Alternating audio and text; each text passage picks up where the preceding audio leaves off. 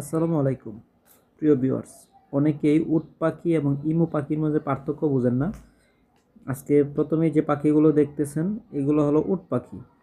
ওদের দেখুন, ওদের বডির সাইজ বিশাল এবং ওদের ঠোঁটগুলো বিশাল লম্বা, অর্থাৎ ওদের গলা থেকে ঠোঁট পর্যন্ত বিশাল লম্বা।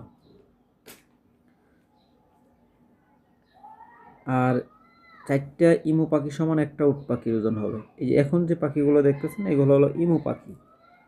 দেখতে কাছাকাছি আকৃতির হলেও এগুলো কিন্তু বিস্তর পার্থক্য আছে, কারণ ইমু পাখি অনেক ছোটো সাইজ হয়। ছোটো হলেও তার মানে এত ছোটো না, আপনার বাস্তবে দেখলে বুঝতে পারবেন। তবে উট পাখির তুলনায় আপনার 4 গুণ হয় ইমু পাখির তুলনায় 4 গুণ হয় উট পাখি। এই যে আবারও আপনাদের দেখাবো উট পাখিগুলো দূর থেকে দেখতে কেমন। এই দেখুন, এগুলো হলো উট পাখি। দেখুন ওদের গলা বিশাল লম্বা এবং এদের বডি অনেক বড়। আমরা কিন্তু উপর থেকে ভিডিও করতেছি, যার জন্য হয়তো ছোট দেখা যাচ্ছে, কিন্তু বাস্তবে এগুলো অনেক বড়। 5 ফুট 7 ফিট পর্যন্ত উচ্চতা হয়।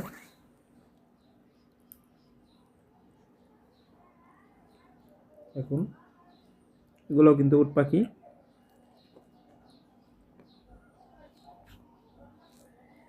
ভিডিওটা করার একমাত্র উদ্দেশ্য হলো যে আপনারা অনেকেই উট পাখি আর ইমু পাখির মাঝে পার্থক্য বোঝেন না, অনেকেই দেখা যায় বুঝতে ভুল করেন, তাদের জন্যই। এই ফাঁকে আপনাদের বোনাস হিসাবে কিছু হরিণ দেখাই দেই। এগুলো দেখতেছেন চিত্রা হরিণ।